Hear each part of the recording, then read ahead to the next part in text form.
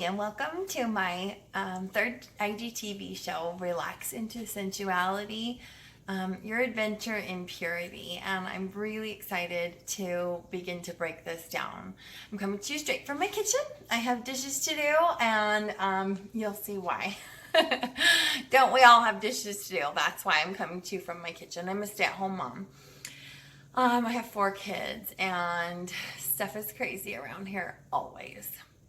So, if you remember our first show, we kind of talked about the ideal.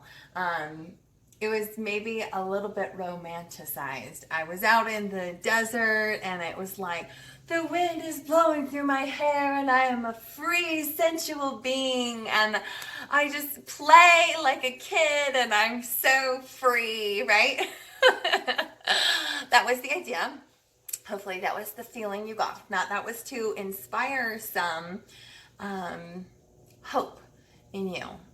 Then the second video was took a little bit more of a different turn. We talked about how if you tried to just follow what I asked you, you probably came up with some triggers, and that comes from that deep primal nature and need to protect yourself.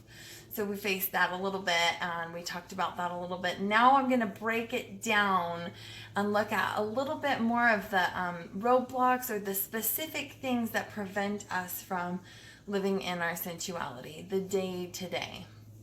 So today the name of the game is mindfulness. But if you immediately find yourself going, that's not going to work for me, or like, what is she going to do?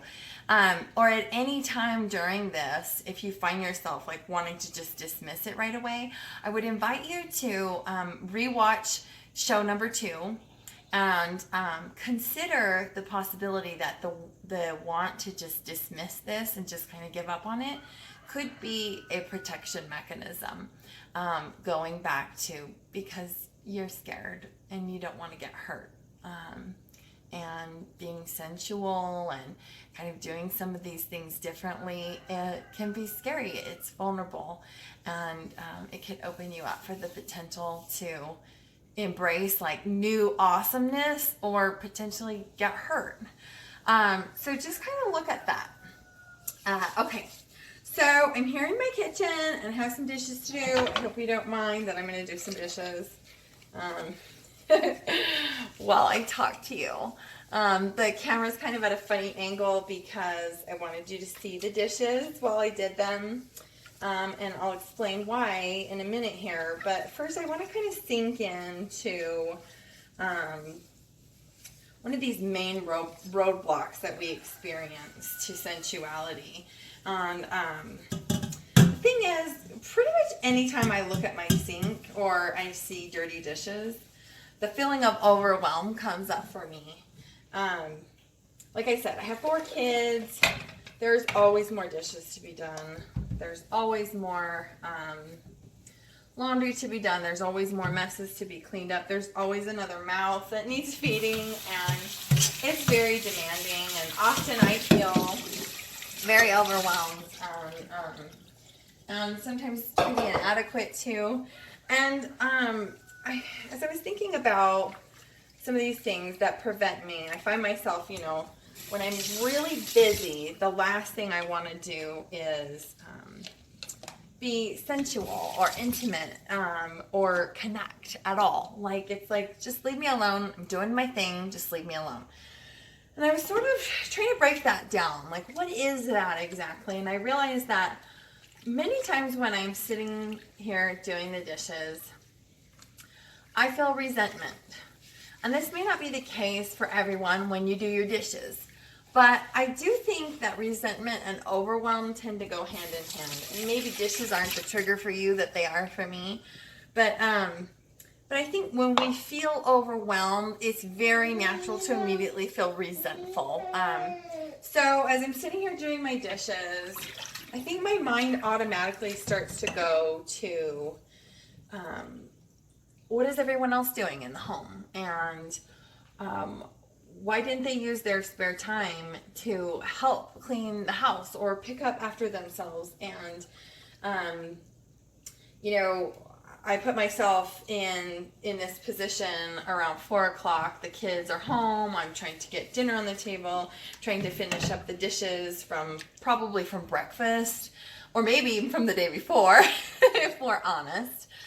And it's like everything rests on me. I'm trying to make sure everybody's doing their chores, making sure so-and-so is getting ready for their extracurricular activity, making sure that that so-and-so is doing her reading and her homework, and then, like I said, trying to get the dinner on the table, and the table's still covered in dishes, and it just goes on and on this place. So now I'm going to walk you through a really cool tool that I have used that helps a lot.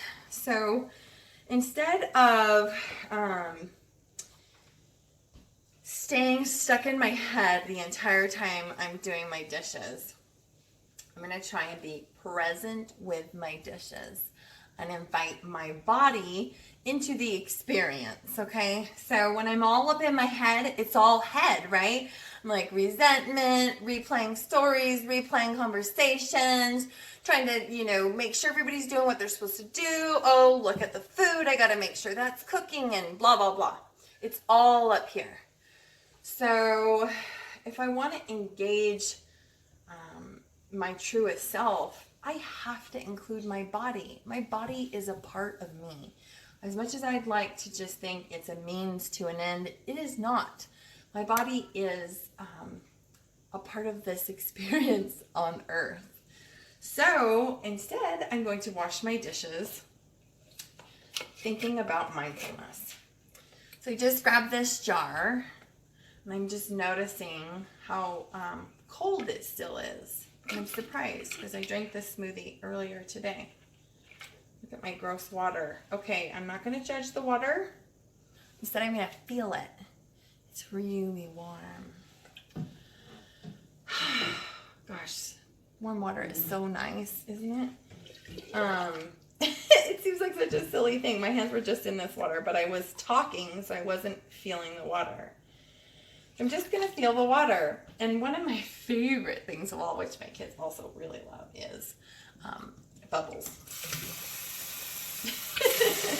Have you ever tried, really noticing the bubbles while you do the dishes? I think it's getting pretty full here. But it's so cool. They're like, I love to see how the light shines off of the bubble. Can you see that? Let's see, right up here. There's my camera. See how it's all iridescent and shiny? I love it. Of course, when I let myself go there, I usually find myself putting bubbles on my own head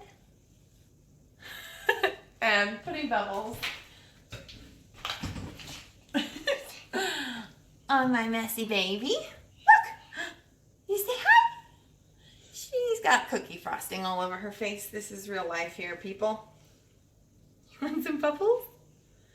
And all of a sudden, all the to-do crap, it's all still there, but does it have to always take the front seat? I mean, come on.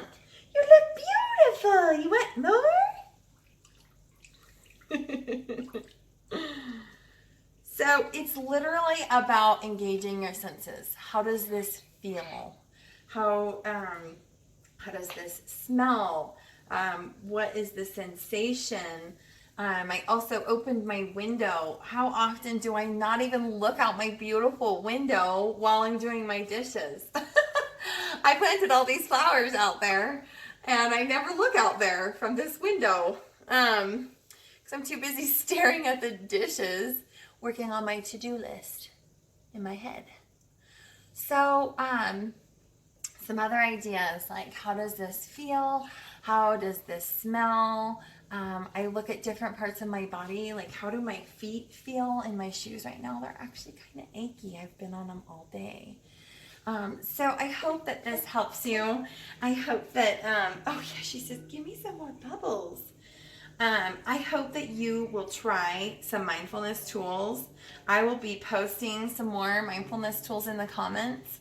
And please try it out. And please reach out and share what you experience.